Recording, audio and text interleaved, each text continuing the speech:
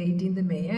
അപ്പം നിഫ്റ്റിയുടെ ഇന്ന് വന്ന ട്രേഡുകളാണ് ഞാൻ കാണിക്കുന്നത്. നിഫ്റ്റി നമ്മൾ രാവിലെ നോക്കുകയാണെന്നുണ്ടെങ്കിൽ വെള്ളിയാഴ്ചത്തെ ട്രേഡിൻ്റെ ഒരു കണ്ടിന്യൂഷൻ ആണ്. അപ്പോൾ നമ്മൾ പല വീഡിയോസിലായിട്ട് പറയുന്നുണ്ട്, നമ്മളൊരു സെല്ലിൻ്റെ കണ്ടിന്യൂഷൻ ആണെങ്കിൽ നേരെ നമ്മൾ നോക്കുക സപ്പോർട്ട് എടുക്കുന്നുണ്ടെന്ന് നോക്കുക. രാവിലെ സപ്പോർട്ട് എടുത്തിട്ട് മാർക്കറ്റ് ഇറങ്ങി, അപ്പോൾ നമുക്ക് ഡയറക്റ്റ് അവിടെ പുട്ട് സൈഡ് നമുക്കൊരു എൻട്രി ഉണ്ടായിരുന്നു. അതിന് ശേഷം വന്ന ഈ ഒരു ട്രേഡ് ബൈ സിഗ്നൽ നമ്മൾ ആക്ച്വലി കണ്ടവർക്കറിയാം. ഈ ബൈ സിഗ്നൽ ആക്ട് ടൈമിൽ അത് കൺഫേം അല്ല, താഴത്തെ പറഞ്ഞ പ്രൈസ് സോണും കൺഫേം അല്ലായിരുന്നു.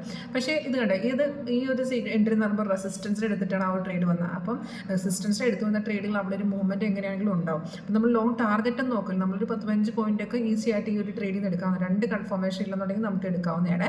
അതിനുശേഷം വന്ന സെല്ലെന്ന് വെച്ചാൽ കൺഫർമേഷൻ ഇല്ലായിരുന്നു. അതിനുശേഷം ഒരു 12:30-ക്ക് ശേഷമാണ് ഈ ഒരു ബൈ വന്നത്. ആ ഒരു ബൈയിലാണ് മാർക്കറ്റ് ക്ലോസ് ആയത്. അതിൽ നമുക്കൊരു മൂവ്മെൻറ്റ് വന്നിട്ടുണ്ടായിരുന്നു. ബാറും പ്രൈസൊക്കെ കൺഫേം ആയിരുന്നു. നിങ്ങൾക്ക് നേരെ ഇതിൻ്റെ ഓപ്ഷൻ ചാർട്ട് എടുക്കണമെങ്കിൽ ഡയറക്റ്റ് നമ്മുടെ സോഫ്റ്റ്വെയർ നിങ്ങൾക്ക് ഓപ്ഷൻ ചാർട്ട് എടുക്കാവുന്നതാണ് കേട്ടോ.